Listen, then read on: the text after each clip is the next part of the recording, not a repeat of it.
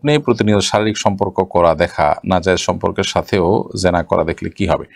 Court থেকে কাগজ এনে সাইন করে নিলে কি বিয়ে হবে? আকিল হোসেন লিখেছেন, নেক সন্তান পাওয়ার কোনো আমল আছে কিনা? জীবিত মা বাবার গুনাহার জন্য কি তাহাজ্জুদ বা অন্যান্য সালাতে আল্লাহর কাছে তাদের জন্য মাফ চাওয়া যাবে?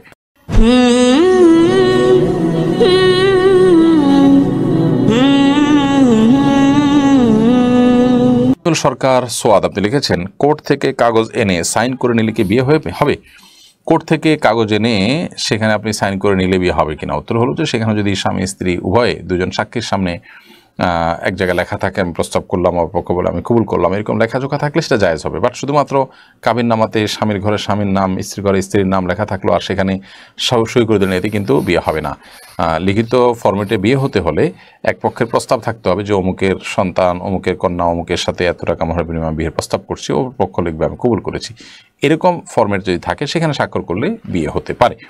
সুখী ইসলাম লিখেছেন, স্বপ্নে প্রতিনিয়ত শারীরিক সম্পর্ক করা দেখা নাজায়েজ সম্পর্কের সাথেও জেনা করা দেখলে কি হবে?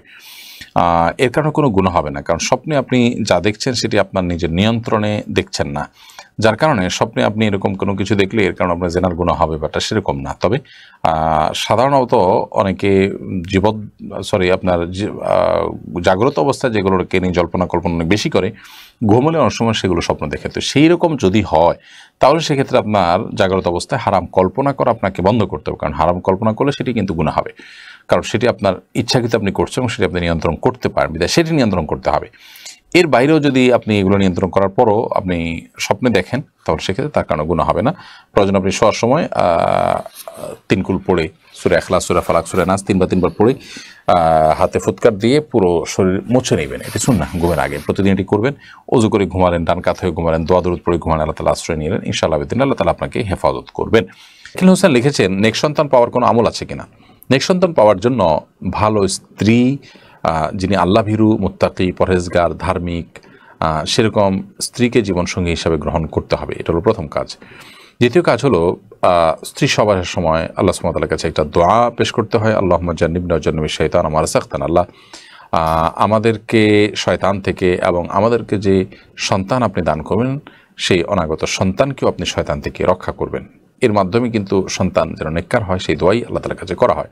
সেই সাথে আল্লাহ তাআলার কাছে সাধারণ দোয়াগুলো করা যেতে পারে। সূরা ফুরকানের 14 নম্বর আয়াতে যে দোয়া আছে, রব্বানা হাব লানা মিন আজওয়াজিনা ওয়া যুররিয়াতিনা কুররাতা আয়ুন। আল্লাহ আমাদের জীবনসঙ্গী এবং সন্তান সন্ততিদেরকে আপনি আমাদের চক্ষু শীতলকারী বানিয়ে দিন এবং আমাদের মুত্তাকিদের ইমাম বানিয়ে দিন। দোয়া করা যেতে পারে। এর বাইরে নির্দিষ্ট করে আলাদা নেক সন্তান পাওয়ার জন্য, সন্তান হচ্ছে না, সন্তানহীনতা দূর করার জন্য, ছেলে সন্তান হচ্ছে না সেটি হওয়ার জন্য, বা ভালো সন্তান আল্লাহর সন্তান যেন হয় সেজন্য আল্লাহ তাআলার কাছে নির্দিষ্ট ফরম্যাটের দোয়া করতে পারেন, সাধারণ ফরম্যাটের বাইরে।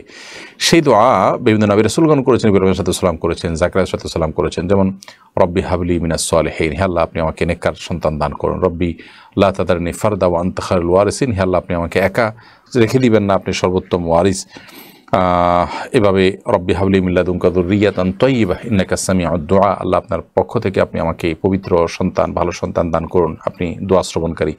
এইভাবে এই দোয়াগুলোর মাধ্যমে আল্লাহ তাআলার কাছে নেক সন্তান কামনা করা যেতে পারে। দোয়াগুলো পড়ার নির্দিষ্ট কোনো সময় নেই, যে কোনো সময় আমরা আল্লাহর কাছে বেশি বেশি অর্থ বুঝে বুঝে নিবেদন করতে পারি।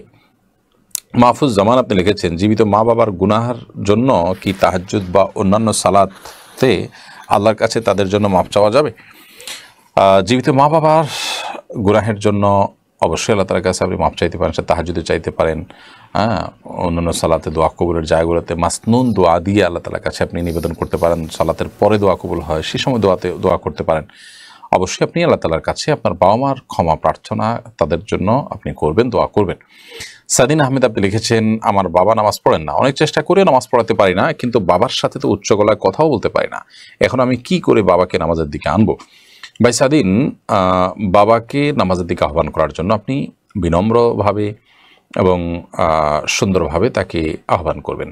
কোনো কারণে যদি বাবা আপনার আহ্বান না শুনেন, আপনার কথা না শুনেন, তাহলে আপনি অন্য কাউকে দিয়ে চেষ্টা করতে পারেন, আপনি চোখের পানি ফেলে তার জন্য দোয়া করতে পারেন। এর বাইরে তাকে নামাজের দিকে আনবার জন্য আপনি দুর্ব্যবহার করা, তার সাথে বাজে ব্যবহার করার কিন্তু সুযোগ নেই, সেটি আপনার মাথায় রাখতে হবে।